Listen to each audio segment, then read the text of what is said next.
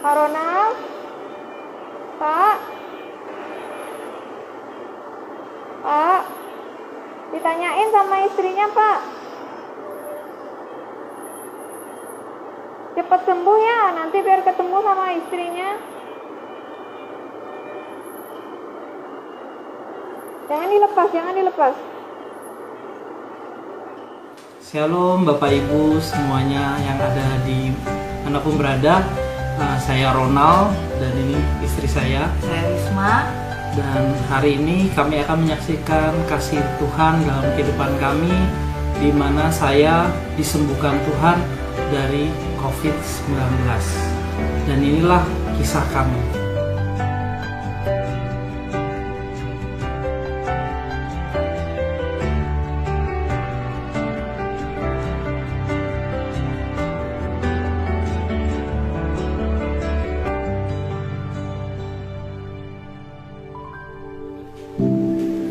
Baik, hari ini kami akan menceritakan dan lebih tepatnya lebih lengkapnya bersama istri saya yang awalnya.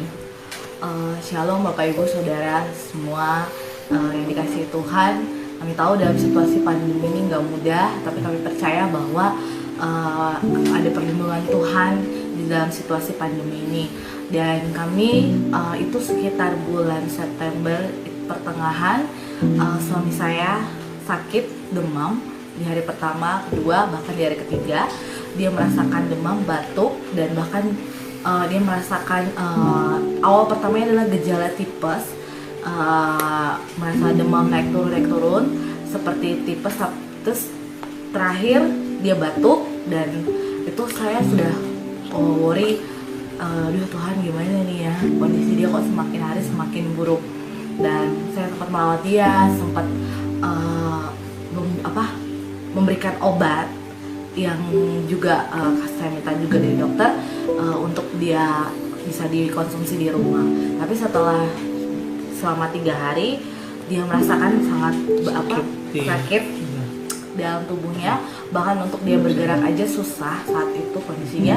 Dan entah kenapa perasaannya saya sudah langsung worry, dan saya memutuskan untuk saya bawa ke rumah sakit. Saat itu sekitar malam jam 12 malam, saya udah nggak bisa merasakan pernafasan itu, nggak bisa sesak, dan saya nggak bisa mencium bau, dan makanan pun nggak bisa ngerasain enaknya makanan tuh, nggak ada rasa gitu. Jadi ketika suami saya merasakan sakit selama 3 hari, saya langsung telepon. Pertama saya telepon sahabat kami, kami minta pendapat untuk bagaimana bisa bawa suami saya, dan akhirnya kami untuk coba telepon pihak ambulans. Nah, ketika kami telepon pihak ambulans, begitu banyak mungkin pasien yang begitu banyak pasien yang dijemput ambulan, jadi agak susah saat itu kondisi untuk kami dapat ambulan. Dan satu ketika kami memutuskan untuk bawa suami kami dengan kendaraan. Akhirnya teman-teman kami datang sekitar 6 pasangan untuk datang ke rumah, dan bahkan suami saya nggak bisa berdiri saat itu. Jadi dia untuk dibawa dari lantai atas ke bawah itu butuh bantuan, dan kami semua bahkan teman-teman itu menggendong suami saya untuk membawa suami saya sampai ke mobil, dan bahkan di perjalanan menuju rumah sakit. Dan sampai di rumah sakit itu hujan lebat, dan sekitar itu kami datang ke rumah sakit pemerintah rujukan COVID. Nah, akhirnya di situ difasilitasi pemerintah di rumah sakit. Akhirnya suami saya mengalami beberapa tes yaitu mulai dari rapid sampai swab. Dan akhirnya di tes swab kedua, suami saya dinyatakan positif COVID-19. Di situ saya sebagai istri jujur berat dan nangis, nggak tahu harus bagaimana. Bukan karena soal suami saya selain sakit COVID-19, suami saya ngalamin kondisi yang sangat kritis. Karena saat itu saturasi oksigen dia 30%. Bapak Ibu Saudara, bahwa normalnya manusia itu saturasinya adalah 95%. Ketika 30% dan dia ngalamin ngerasakan sesak segala macam, itu saat itu waktu dimasukin ke rumah sakit bahkan dimasukin ke IGD sampai pada akhirnya ke ICU. Itu dokter sudah sangat, keadaan rumah sakit itu sudah sangat crowded banget, dan bahkan dokter itu sampai marah kepada saya. Ini benar-benar keadaan pasien sangat kritis. Keadaan pasien ini sangat kritis ketika dilihat CT scan paru-parunya, toraksnya itu sangat jelek dan sangat buruk. Bahkan saturasinya 30%, normal manusia itu 95%. 30% ini tuh sangat bahaya dan harus dilakukan tindakan dengan ventilator. Saya saat itu di malam hari itu waktu menuju pagi itu saya juga nggak tahu harus bagaimana. Saya hanya bisa duduk dan saya hanya bisa berdoa sama Tuhan. Saya nggak tahu harus bagaimana karena kondisi suami saya bukan semakin baik tapi semakin buruk. Akhirnya dokter mengajak saya bicara dan melakukan untuk dia pakai ventilator. Selain ventilator dia harus dipakai beberapa alat medis. Saya juga nggak benar karena kondisi pasien dia harus diobservasi. Jadi ketika dimasukin ICU itu hati saya bergejolak, Tuhan, saya nggak tahu harus bagaimana lagi. Saya hanya minta Tuhan sembuhkan suami saya. Dan ketika suami saya sudah ngalamin sampai 12 jam dan habis itu dipindahkan ke ruang ICU isolasi COVID. Nah, ketika suami saya dipindahin ke situ, dia sudah mengalami antara sadar dan tidak sadar. Jadi dia mengalami yang namanya hipoxia, yaitu kadar oksigen di dalam darah yang berkurang, saturasi jadi saturasi 30%. Harusnya normalnya manusia ketika bisa bernapas dengan baik itu 95%. Jadi kalau di bawah 50% saja sebenarnya seluruh organ tubuh itu tidak bekerja dengan baik. Bahkan baik itu ginjal, baik itu semua itu tidak akan bekerja dengan baik. Bahkan ini 30% itu ajaibnya jantungnya dia masih bisa berdenyut gitu. Dan di situ ketika waktu dilakukan di ruang ICU, suami saya semakin hari bukan semakin baik tapi semakin kritis. Kondisi semakin yang hanya minta belas kasihan Tuhan.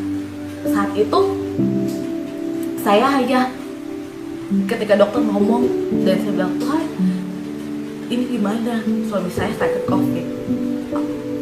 Bagaimana ini? Bapak Ibu Saudara tahu bahwa COVID itu juga pasti akan menyebar. Bahkan saya ngelawat dia gitu. Tapi saya percaya bahwa saya pasti sehat gitu. Karena saya tahu suami saya lagi berjuang antara hidup dan mati.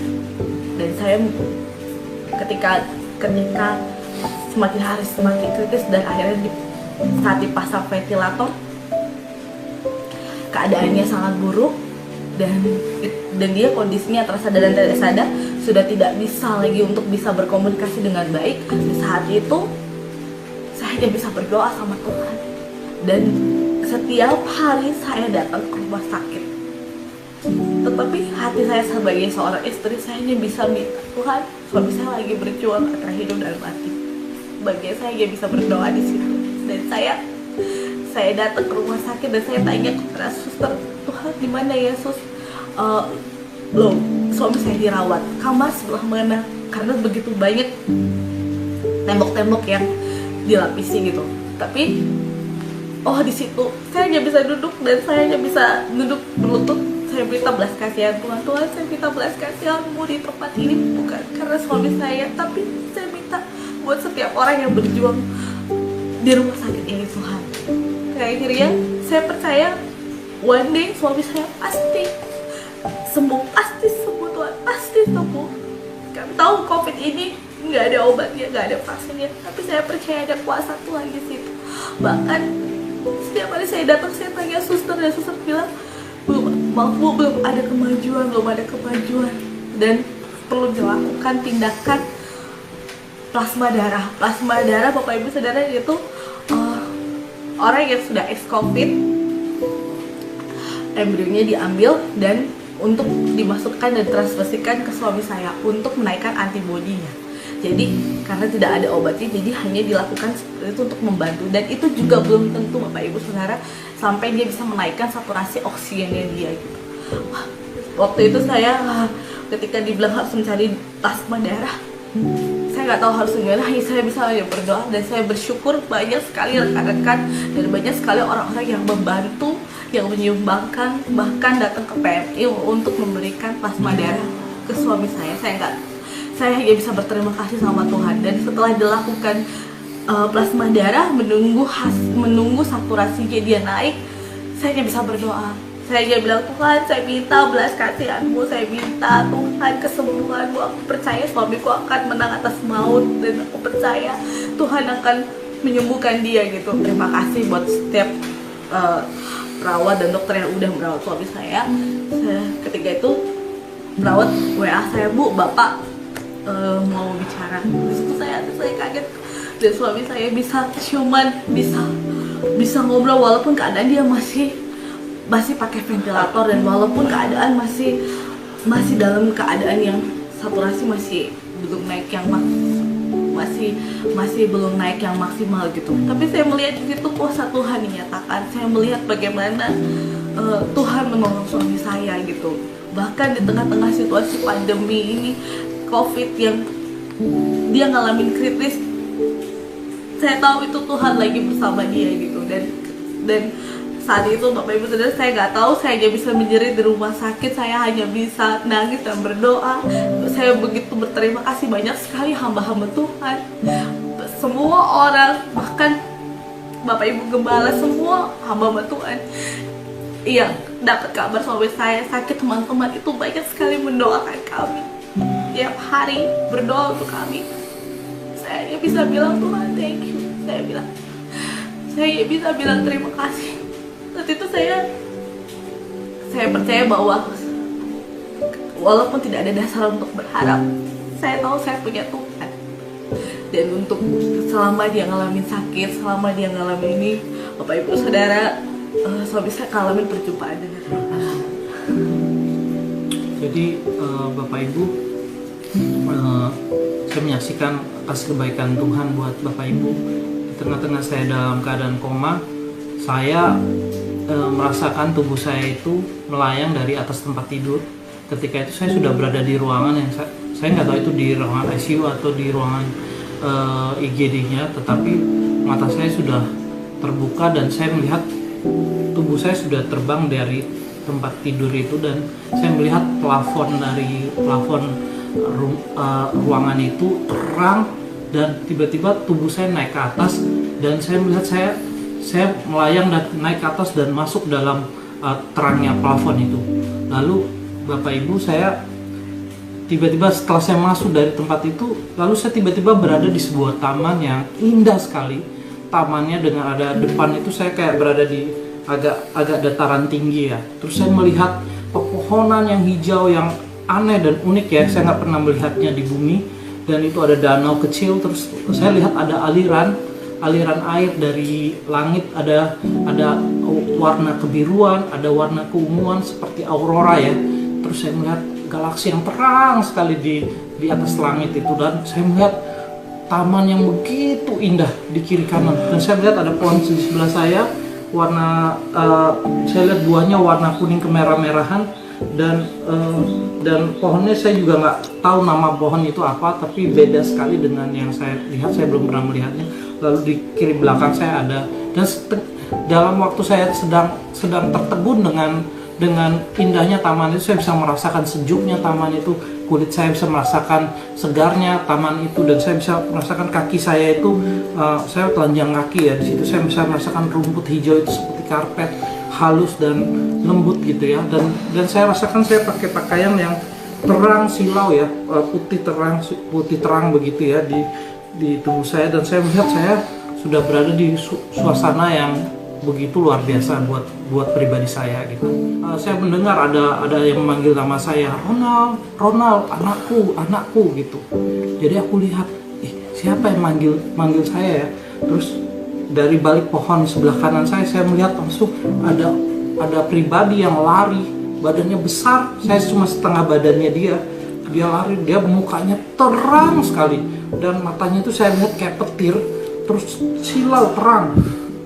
Dia pakai baju putih, dan terus dia pakai selendang warna merah ya, ke ininya, ke yang melilit gitu ya.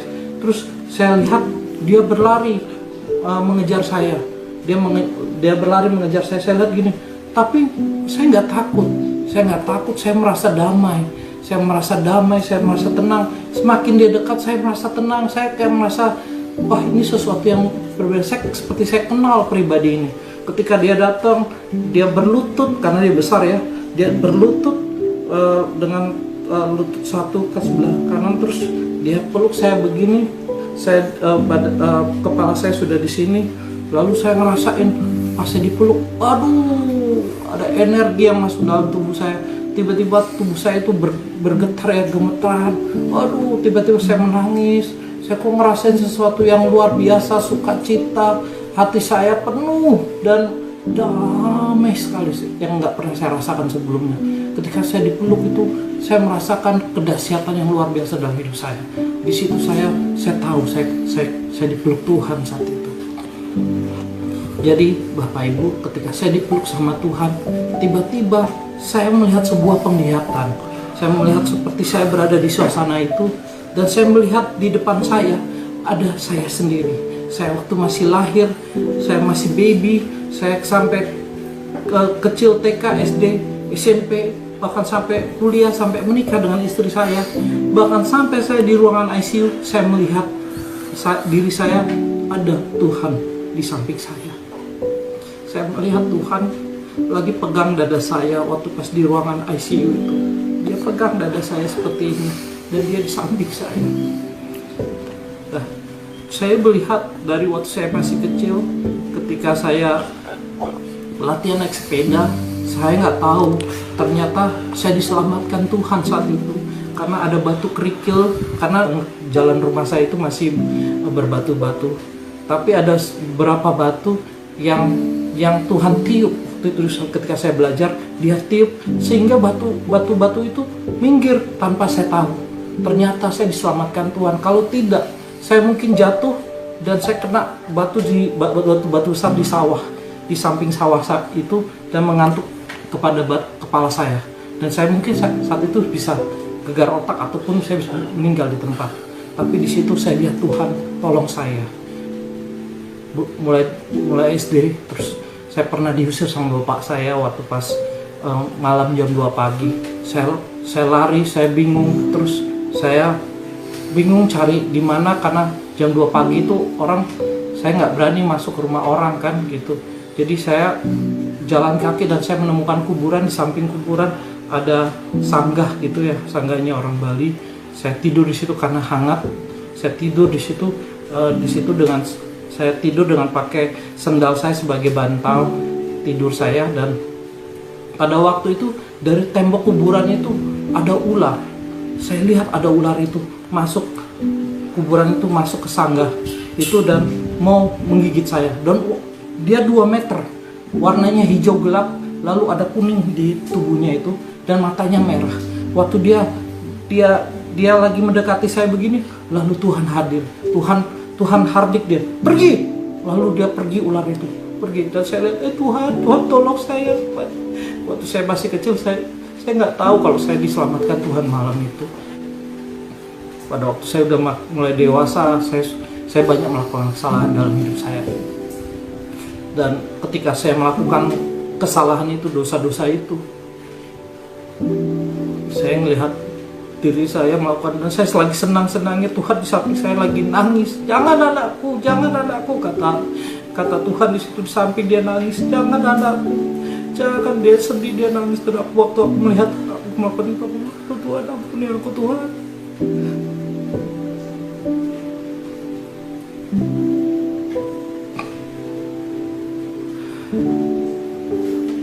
Ampuni aku Tuhan Yesus, ampuni aku. Waktu itu saya malu dan saya bilang, ampuni saya Tuhan.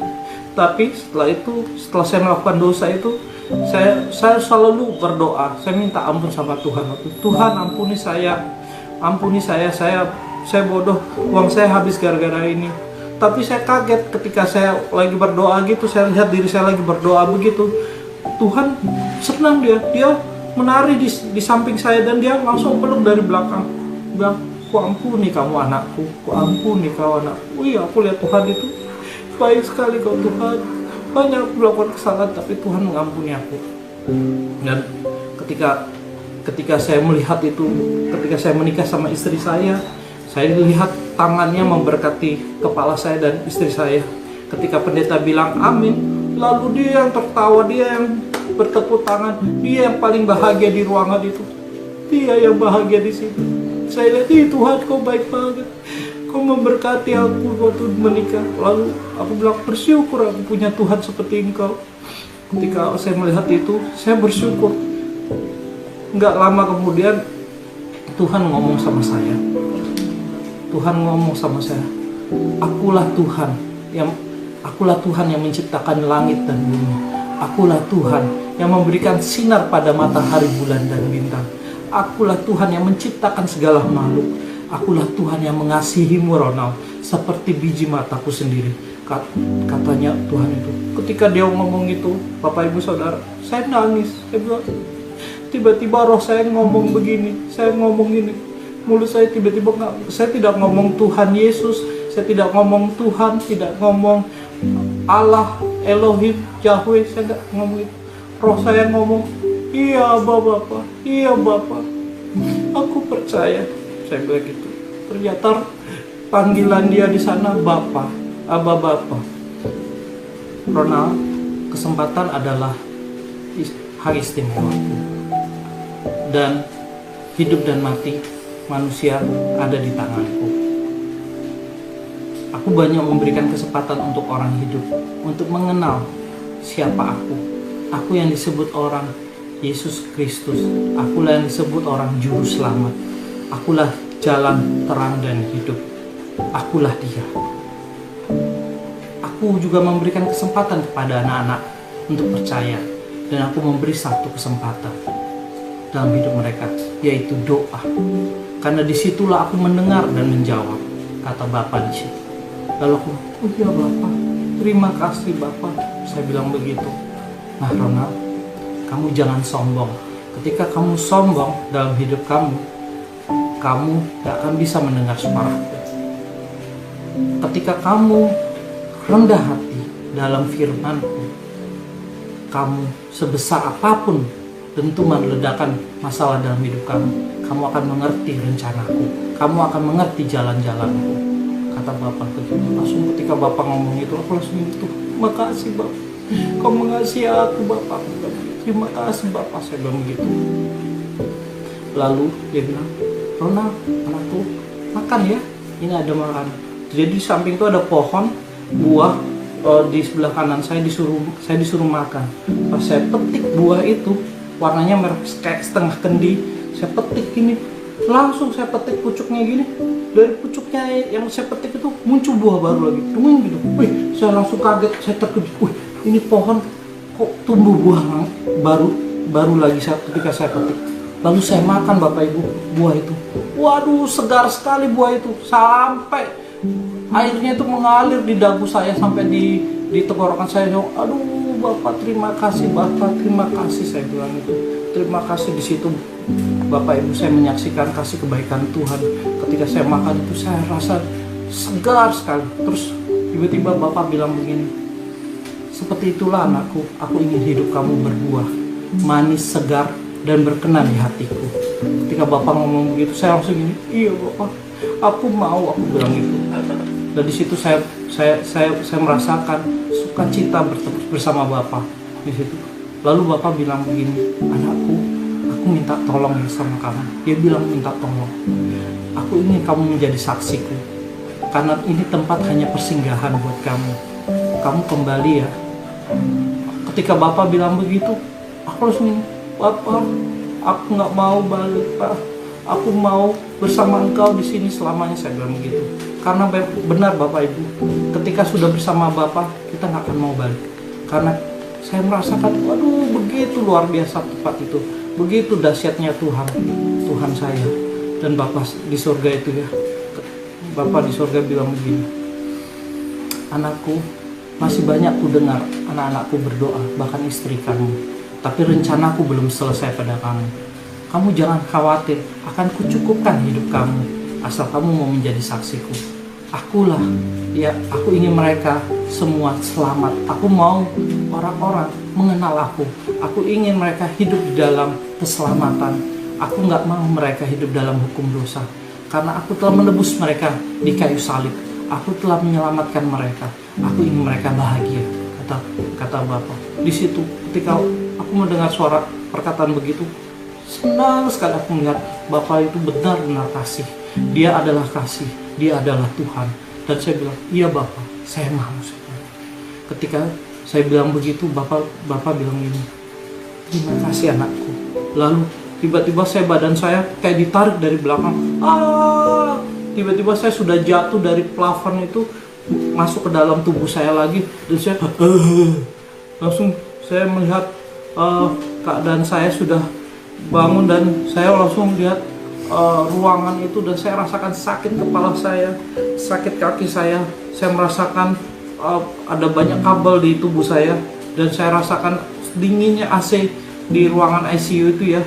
Lalu saya lihat suster, saya panggil suster, saya bilang, lalu mereka datang, mereka ya gimana Pak Ronald? Saya bilang, Tuhan Yesus, saya bilang itu. Saya bilang saya disembuhkan Tuhan Yesus, saya bilang begitu. Terus selang berapa minggu, selang saya di ventilator saya dilepas, dan suara saya masih gak bisa bersuara dulu. Tapi setelah bersuara, dokter datang pada saya bilang, Bapak Ronald ini bisa hidup mujizat. Jarang orang bisa, bahkan orang gak bisa di 30% saturasi oksigennya bisa hidup. Di bawah 50% sudah lewat. Kami pikir kami sudah gak lihat Bapak. Saya bilang sama dokter ini, Tuhan Yesus yang sembuhkan saya. Tuhan Yesus yang sembuhkan orang-orang yang sakit di sini, saya bilang. Tuhan Yesus yang luar biasa, saya bilang gitu. Terus saya disuruh tidur, iya Pak, Bapak tidur. Saya di situ saya bersaksi kasih kebaikan Tuhan, dan saya bersyukur karena pelayanan mereka juga, mereka baik-baik semua di rumah sakit itu. Saya berdoa buat semua suster-suster, perawat-perawat, bahkan dokter-dokter yang sudah di garda depan ya. Terima kasih. Kalau yang melihat ini, yang menonton, yang telah merawat saya terima kasih ya. Terima kasih sudah merawat saya dan menolong saya juga. Terima kasih juga untuk mereka yang sudah bekerja jauh dari keluarganya untuk merawat orang-orang sakit COVID-19 seperti saya. Terima kasih. Di tengah-tengah saya lagi sakit itu, saya melihat beberapa ada yang dipanggil Tuhan. Saya melihat ada yang keluar, dan saya bilang, saya ingat lalu firman Tuhan bahwa ada firman Tuhan, walau 1000 rebah di sisi kanan, 10.000 di sisi kiri, itu tidak menimpaku, aku hanya menonton. Aku ingat Mazmur 91, dan aku percaya Tuhan menjadi pembelaku. Terima kasih. Demikianlah kesaksian kami, Bapak Ibu Saudara sekalian. Semoga ini bisa menjadi berkat buat Bapak dan Ibu Saudara sekalian. Terima kasih Bu, kami berdua ucapkan buat setiap orang yang sudah berdoa buat kami, yang sudah mendukung kami dan support kami. Kami mengucapkan banyak terima kasih, dan juga buat seluruh tim medis yang sudah merawat suami saya dan juga membantu kami, dan bahkan kami mengucapkan terima kasih. Kami berdoa biar setiap orang yang saat ini mengalami sakit, Tuhan, biar Tuhan yang menjamah, Tuhan yang menyembuhkan. Terima kasih buat semuanya, biar ini kesaksian ini boleh jadi berkat buat setiap orang, ya, biar nama Tuhan dipermuliakan. Ya. Dan juga dari saya pribadi, bahwa apapun masalah keadaan kita hari-hari ini, di tengah-tengah pandemi, di tengah-tengah COVID-19, banyak orang berkata, di mana Tuhan? Tetapi Tuhan ada di samping kita. Dia yang dikatakan Immanuel, Dia ada bersama kita. Kita kadang meremehkan doa, tetapi ketika kita berdoa, Dia menjawab. Di situ saya mengerti bahwa doa orang yang benar besar kuasanya. Bapak Ibu, apapun masalah kita hari-hari ini, tetaplah berdoa. Tetaplah berharap kepada satu nama yang dahsyat, namanya Tuhan Yesus Kristus. Dia menjadi Tuhan dan Juru Selamat atas hidup kita. Dia yang telah mati di kayu salib untuk menebus dosa-dosa kita. Dia juga Tuhan yang sama, yang memberikan keajaiban dalam hidup kita hari-hari ini. Dan saya keluarga dicukupkan oleh Tuhan hari-hari ini, oleh karena kasih kebaikan Dia. Kami bersaksi karena Dia sungguh baik. Bapak Ibu, saya berharap Bapak Ibu juga percaya, dan saya berharap Tuhan menyentuh hati Bapak Ibu dimanapun Bapak Ibu berada hari ini. Tuhan tidak pernah jauh, dan percayalah, hidup itu adalah kesempatan. Hidup itu haruslah bahagia, karena Tuhan ingin kita bahagia. Sayangku. Aduh, puji Tuhan udah keluar. Katakan haleluya. Haleluya. Tuhan Yesus baik. Tuhan Yesus baik. Hei, semangat sayang. Puji Tuhan. Aku sembuh. Aku sembuh. Aku disembuhkan.